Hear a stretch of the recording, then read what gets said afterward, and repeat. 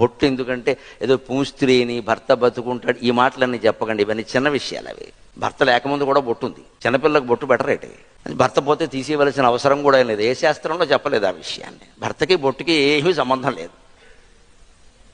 బొట్టు ఎందుకోసం అంటే ఇక్కడ ఉండే ఆజ్ఞాచక్రం, కమాండింగ్ సెంటర్, అది ఎరుపు రంగులో ఉంటుంది. అది అమ్మవారి యొక్క శక్తి. స్త్రీకి పురుషుడికి కాదు, సమస్త జీవరాశికి, జంతువులకు కూడా ఉంటుంది. అవి గ్రహించలేవు, మనం గ్రహించగలం. మానవ జన్మ గొప్పతనం అంతా అదే. అందుకని స్త్రీలు కాదు, పురుషులు కూడా బొట్టు పెట్టుకోవాలి. ఇక్కడే పెట్టుకోవాలి, ఎరుపు రంగే పెట్టాలి. ఆకుపచ్చ చీర కడితే ఆకుపచ్చ బొట్టు, నీలం చీర కడితే నీలం బొట్టు కుదరదు. ఇదంతా డ్యాన్స్ కార్యక్రమం. మ్యాచింగ్ కాదు బొట్టు అనేది, మ్యాచింగ్ కాదు అది. అందులో గొప్ప ఆధ్యాత్మిక రహస్యం ఉంది. నువ్వు ఏ చీర కట్టినా నేను ఎర్రబొట్టే పెట్టాలి, లేకపోతే బొట్టే దండక తీసేయి. దాని ఉద్దేశం ఏమిటంటే ఆజ్ఞ